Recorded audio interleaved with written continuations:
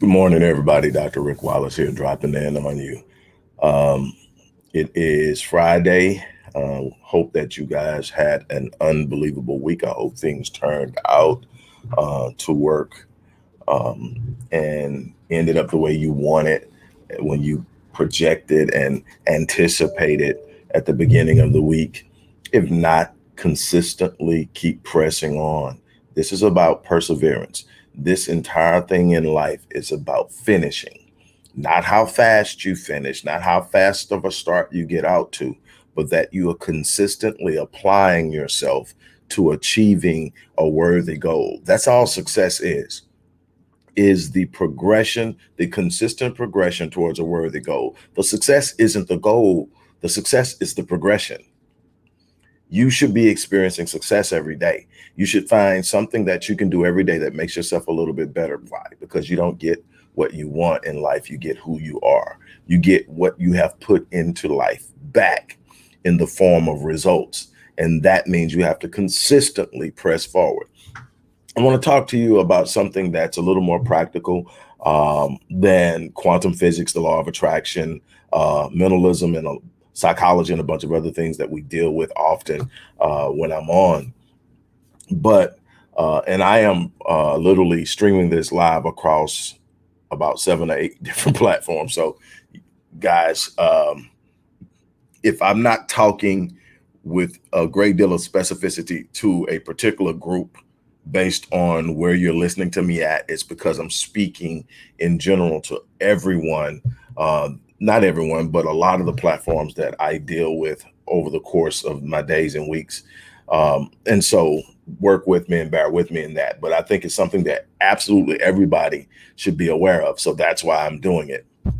I sit up and I look and I often see the results of our failure to teach our children basic financial principles. It's when there's a history of poverty or financial ineptitude, however you want to address it and call it. I don't want to get in too much into the semantics of it. I want to talk about the basics. And that is when you have a history of it, you tend to pass down the very things that contribute to the perpetuation of that reality. Bad spending habits, a bad view of money, bad practices and behaviors, consumer mindsets versus investor mindsets, and a bunch of other things that may seem far-fetched to be talking about with a kid. That's the problem. People who have created a history of generational wealth do so by not only providing a financial foundation for their progeny, but also giving them the mindset of how to perpetuate, carry that, and grow that. And it boils down to how you view money, what you think about money, and moving forward. So what I decided to do was to get together and put together a very practical, easy to read, easy to apply guide to teaching teens the principles of money and how to build a strong financial foundation that can lead to a great deal of financial success moving forward. Uh, you're not going to escape financial challenges. Hello, everyone. You're not going to escape financial challenges. I can tell you this: in the successes that I've had, I've seen all kind of things, and there is a saying, and it is true: the average millionaire will go broke on an average of 3 times over the course of their life. It's just simply how the money market moves. But the beautiful thing about it is, if you understand money, you know how to generate revenue, you know how to make money work for itself. You will rebuild, you will grow, you will recover. I am living proof of that. But you've got to have a strong financial center. So I went out and created a guide. This is a digital guide. And anybody who is serious about learning and teaching this to their teens, as well as learning something themselves, can afford it. It's $10. And it's about 33 pages, but I'm going to actually read off, what we have. First chapter is introduction. Then it's working for money. Working for money. We live in a society now where our children have a sense of entitlement. They know everything they want, and they don't have any idea of what it takes to get it. And when you don't have a mentality about working for money, you have no true sense of the value of money. But when you can have a child who knows how to say, okay, this is what this costs, and I make this amount an hour, and so I have to work this many hours in order to get this, it gives it value. It makes it make sense. You know, you heard growing up yourself, money doesn't grow on trees. What was that about? Anyone who doesn't understand the value of time and how it translates into money, time and effort translates into money via a job, via a business, via an event or an action, then it's easy for them to say, well, shoot, you know, they just got money. No, we don't just have money. We have money at a certain amount over a certain period of time, unless you are completely financially free. And then you have money that's pretty much limitless, but and you would have to literally go out of your way to spend it all. But everything else in between that, no matter what, millionaires or not, have limits. And the thing is, a lot of people that grew up poor that may get a little money will lose it quickly. Why? Because that amount of money doesn't register in their mind, and in their mind, they can't see how they can blow it until they blow it. That's why you find so many winners of the lottery going broke after several years or quicker. Is because they don't have a gauge of this whole thing and how it works and what to do with the money when they get it. So the first thing is working for money. The second thing is budgeting, which ties into working for money. When you're budgeting, you're setting up how your money will be used. What's going to be devoted to, what percentage of my income is going to be devoted to savings? What's going to be devoted to investing? It has to be something devoted to investing. That's one of the biggest places that people who come from impoverished backgrounds miss. Some get the savings thing, but here's the thing. You need something growing, and a savings account does not grow at a rate that's going to produce anything that's worthwhile long term. But however, if you get off into, say, for instance, a Vanguard S&P, which produces about 8.2 to 10% annually, you can put in $500 for 20 years. And then in 20 years after that, you're looking somewhere around $1 million or something to retire with. And my math may be a little bit off on it, but we're talking about compound growth. Now, most people who are impoverished deal with compound interest, but it's in compounded debt. The compounded interest on your home, a $200,000 home with a 4% interest compounded over 30 years is probably going to add another $100,000 to the price of the house. And again, I'm just, kind of going off of memory. I'm not actually doing the math in my head, but somewhere up in there, I'm close. And so understanding that, there's the flip side to that people who understand money understand compound growth. If I do compound growth, I can get in, especially, and the beautiful thing about teaching this to your kids is that if they get in at 19 and 20 or earlier, by the time they're 40, even if they stop putting into a passively managed mutual fund like the S&P, what they have there that has already grown, and they leave it there and say they want to literally say, I'm chilling at 50. They're going to be setting pretty. Matter of fact, the compound growth, the way it works. And I teach that in a more advanced course about investing for adults, and just the idea of knowing how to take money. And it's important. So I don't want to get too much of any one of these things. I can get to talking and lose my mind. The equivalence of the value of money. Again, we're talking about how money is used, what money is for, and the equivalence of the value. Then we're talking about debt. Debt is a big discussion. It's something you got to have with your children. It's something you got to teach them. Debt is the biggest enemy of wealth building. It's the biggest enemy of wealth building. Matter of fact, when you hear people talking about a net worth, their net worth is their debt and liabilities subtracted from their total assets. What you have left is your net worth. So you in order to have a very high and strong and powerful and functional net worth, you have to be able to manage your debt. You have to know the difference between good debt and bad debt. Yes, there is such thing as a good debt. A good debt is the kind of debt that you acquire funds for the purpose of making more funds or increasing your capacity to make more funds. And so anything that's going to put you in a better position to be more financially fluid, then that would be a good investment. A business loan on a good, viable business that you've done the research on, that you're prepared to put the work in, would be considered a good debt. And so that's good. Then we're talking about the importance of managing your credit scores. Then we talk about investing. And that's so important. I have clients and I get so excited when I hear some of my clients and the way they talk about how they prepare their kids and what their kids doing. I have a couple of clients that have kids who literally are making their own way by doing their own thing through some form of investing online or some business idea where they are buying and selling online, and they're understanding the power and the leverage of digital media, digital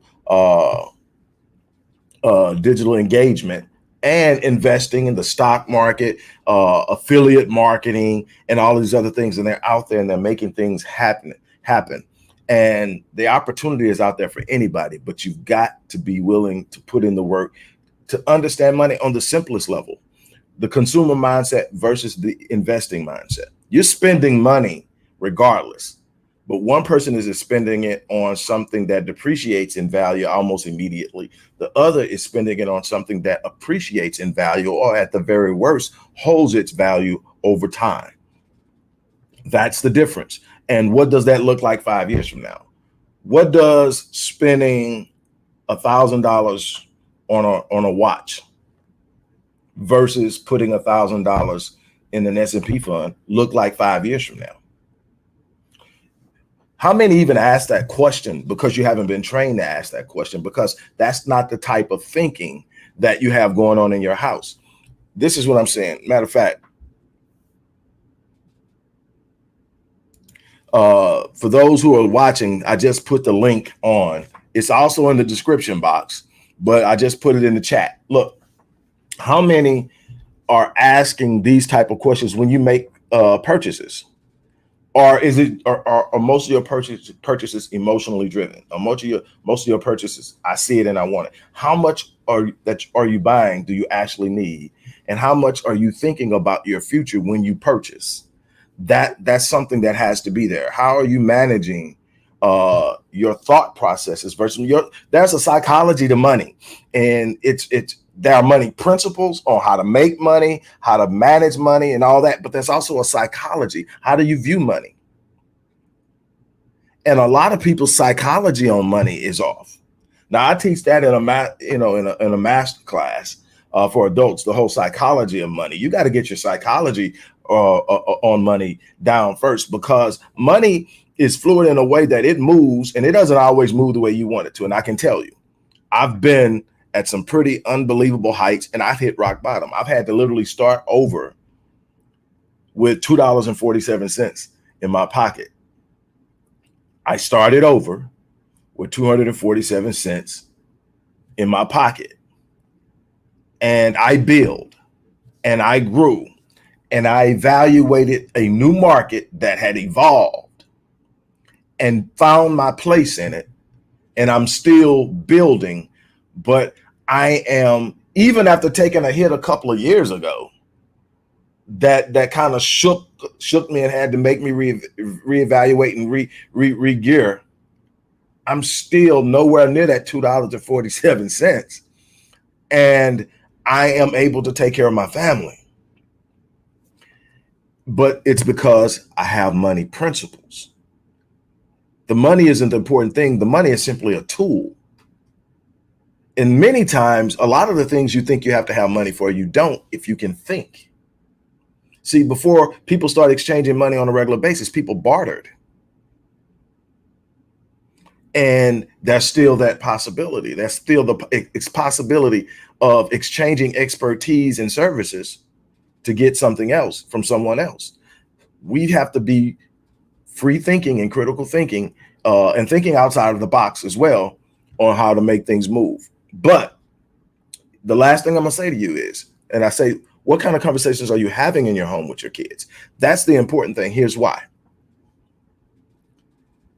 We see the family from a social perspective, but we don't see it from a structural perspective and a perspective of intent and what it really truly means. We don't see it as an institution, and that's a problem. Marriage is an institution that lays the foundation for the family. Family is the institution that lays the foundation for the community. And when the family doesn't live up and fulfill its responsibilities, then the community suffers. I'll give you a prime example why. Two people who have the same character, the same social values, come together with the mindset of where they want to go in life, what they want to do, how they want to live their lives, and what community they want to be a part of. In doing that, they then have kids, their offspring, and they are responsible for inculcating their values, their interests, their principles into the mindset of their children at an age with a consistency, at an age early enough that it plants and takes hold and takes root and becomes a part of the personal identity of the child. The reason that we have so many problems in finance and social structure, in education, and in so many other ways is that we aren't properly preparing children at an early enough age that the principles they need to be not only competing in this world, but winning come too late. See, we got to get our kids before they start thinking that the only way out of the hood is to be able to run fast and jump high, to sell drugs, or to become an entertainer. We need to let them know, no, that you can actually be a lawyer. You can be a business owner. You can literally invest. You can literally take a small amount of money and you can start to grow it slowly while you work for someone else. You take a piece of that. You always take a piece of your money and make a piece of, at least a part of it, work for you. Here's a story, and then I'm going to get off of here. There's a guy by the name of Theodore Johnson, a white gentleman born in the early 1900s, if I'm not mistaken. But he worked for UPS most of his life, and at a time where his salary topped out at $14,000 a year. He knew someone who was wealthy and talked to them about how much he would love to live the type of life they're living and be wealthy. And the friend told him, you need to take 20% of your net income and invest it in XYZ. And it was all about compound growth and in finding ways to invest in things that grew in compound. And Theodore said, man, I only make $14,000 a year. I can't afford to take 20% of my income and invest in anything right now. I need it all. And the friend told him, you can't afford not to, because you are at a point that if you lose your job, you're going to be destitute. You can't afford not to start building something that can hold you in spite of. Well, he told him, he said, if the government decided they were going to tax you an additional 20% on top of what you're already being taxed, you would throw a hissy fit, you would get upset, but at the end of the day, you would pay that 20%. Why won't you tax yourself with the understanding that taxing yourself is going to produce a better life for you down the road? We are so short-sighted that we can't see the importance of planning down the road. Every dollar is going into now. How I feel about this, how I feel about that. And we're not looking at what we need to do down the road. Well, long story short, Theodore decides he's going to do it. Well, when Theodore, he stayed at UPS, he never left. But when he retired from UPS, he was worth $72 million. He lived to his 90s. And I think when he turned 90, he gave half of his fortune away to charity. 20%. Now, I'm saying this because this is for the people who say, I don't make enough. No such thing. You got to be willing to make the sacrifices with what you make to put you in a situation where you never have to be concerned about that at some point. If nothing else, teach it to your kids, practice it so that when you leave them something to do what you should have done. And then there's another black gentleman. I cannot think of his name for anything. If someone knows, chime in on it. and share it with us. But it's a black gentleman. He worked as a parking lot attendant his entire life, making $12 an hour. But guess where his parking lot was? It was in the financial district of his city. So stockbrokers, insurance salesmen, money managers, those are the people parking in his parking lot. And every time they walk by, he had this personality where he engaged them, and he would pick their brains, and they would tell him, invest in this, invest in that, or else he'll stop and have a conversation, and they would explain the financial market to him in layman terms. And when he retired after earning $12 an hour, worth $1 million, somewhere right at $1 million, and kept investing. And so he's the last I heard, I don't even know if he's still alive, but his children took over. That's CG. You're exactly right. The problem is when people say I don't earn enough, you don't earn enough to continue to live in the lifestyle that you're living right now. But in order to be able to invest and grow, you have to reduce yourself. You have to back up. You have to shrink in order to grow. You got to find that a certain amount of money, because you can look at the number and you can look at the projections of how things perform. For instance, the S&P is going to give you annually between 8.2 and 10% compounded annually. It's done it consistently. It's like clockwork. It's going to give you that. And then you say, okay, if I take this amount of money and I put it in monthly, this is what it's going to look like compounded over 10 years. So where do I want to be in 10 years? So how much do I have to put in order to get there in 10 years? You'll know the exact number, and then you got to find it. What can I let go? What can I stop doing for 10 years? I know it sounds crazy, but if I'm 25, if I'm 30, and I can say my 30s, I'm going to buckle down and I'm going to stop doing this. I'm not going here. I'm not doing that for 10 years. But when I get to 40, I can live my life on my terms. Why not take that? Why not do that? That's the problem. We will live at the edge of our means our entire life and then retire and worry ourselves to death because we don't have the funds on which to retire. Now, me personally, I'm never retiring. I think that's one of the biggest mistakes we make, is that we retire and then our minds start to deteriorate, and then our health starts. We were meant to work as long as we are physically and mentally functional. That's the drive. That's why you get people like Warren Buffett, and he's still going darn near 90 years old. Why? Because he's still out there doing something. You know, if I'm physically and mentally able, I'm going to work. I've watched too many people shut down and then in a matter of years just deteriorate. But for the person who says, when I get to a certain point, I don't want to have to work, then that makes your work even that much more sweeter, because now you're not showing up and working because you're trying to eat. You're showing up and working now because it's what you believe in. It's what you're passionate about. And CG, you're talking some good stuff. Y'all on YouTube, check out what CG is talking about. Understanding the market. And I don't want to get too much into this because this isn't that course. The Mastering Money course is for adults, and we talk about all of this stuff. But like, for instance, understanding the difference between trading and investing, buying and holding versus day trading or other short-term aggressive trading, that can be a fast way to grab some money, but the quickest way to lose it.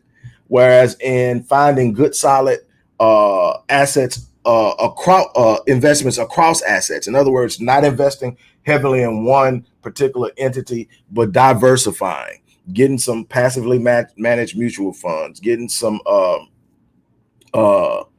annuities, getting into some of these stocks. Find a couple of startups that have great potential. Get in when it's $5 a share and ride it out.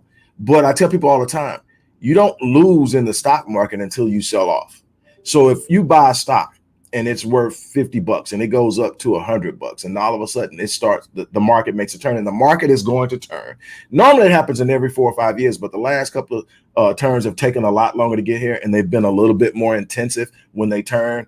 But within a year or so, they correct themselves and they get back, and things get normal. Then it builds up, and artificial bubbles happen where things are overvalued, and then the bubble pops because the value can't be substantiated. We're having it happen in the housing market right now. And so eventually that's going to pop, and prices are going to drop, and it's going to go from a seller's market to a buyer's market. That's all that's happening. I heard Ray Dalio, who manages the largest mutual fund in the world, 160 some billion dollar mutual fund, say that the stock market is the only place where things go on sale and people panic. That's all a downturn bear market is things are going on sale because the market is having a volatile moment, correcting itself. And it does, and it's done it for over 100 years. And so you have to learn it. You have to be prepared. But what you do is you find solid stocks that survive. There are companies that have been through so many downturns, recoveries. You know those are solid. Get into the S&P 500. Those are the top performing 500s. The bottom 100 changes in which company, you don't have to worry about that. They're constantly evaluating and putting in the best performing companies. That's why it can consistently give you 8.2 to 10%. Now, there's so much more to this. And I don't tell people what in training. I don't tell people what to invest in. I don't handle your money. I don't tell you. I teach you how to see the market. I teach you how to go out and educate yourself so you can make right decisions. I teach you the principles of finance. This book is basic principles that every teenager on the planet should know if they're going to get out and be successful. Because you can get a job and make a bunch of money and still end up flat on your butt when you don't understand how money works. So again, I'm going to put this out one more time in the chat, and thank you guys for stopping in. I'm going to be talking about this for a while. Again, I said for $10, I think every household should have a digital copy of this and some version of it from somebody that can tell you about it and the basics, and then build from there. Because your personality is going to impact how you handle money too. Are you highly risk averse? Then you're going to deal with a lot of conservative investments. Are you less risk averse? Then you're willing to take some chances and probably going to make some good hits, but you're going to probably make some good gains, but you're also going to take some hits. It's just how the game is played. But the more you diversify, the more you hedge and leverage and protect yourself. All of this stuff can be learned. You're no different than the people out there that are making a killing, except for the fact you won't educate yourself and you won't get in the game. If you don't get in the game, you can't ever complain about not winning. You can't be upset with people because they're winning when you're not in the game. Learn the game, get in the game. And like any game, you're going to get out there and you're going to get popped.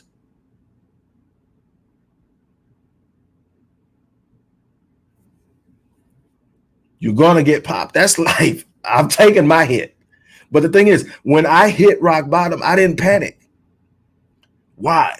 Because the one thing I knew is if I've done it once, I can do it again. That's the beauty of gaining this. The confidence that comes with it allows you to live your life in a different place. On that note, I'm gonna get ready to get off of here. I wasn't even planning on doing 30 minutes. I was just supposed to be like 5 minutes, but I wanted to share with you, and I'm so excited and passionate about it. And I'm gonna do a lot more of these compact guides. I've written 24 and published 24 books, comprehensive books, this thick or thicker. I don't have one up here right now, but you've seen the books. And for the people who really want to get off into changing their lives, those books are great. And they've done a lot. I get a lot of positive feedback, but I want some things that people can dip in and say, step 1, step 2, step 3, step 4, and actually get on their way. So we're going to be doing this. And again, it's going to be probably around the same price,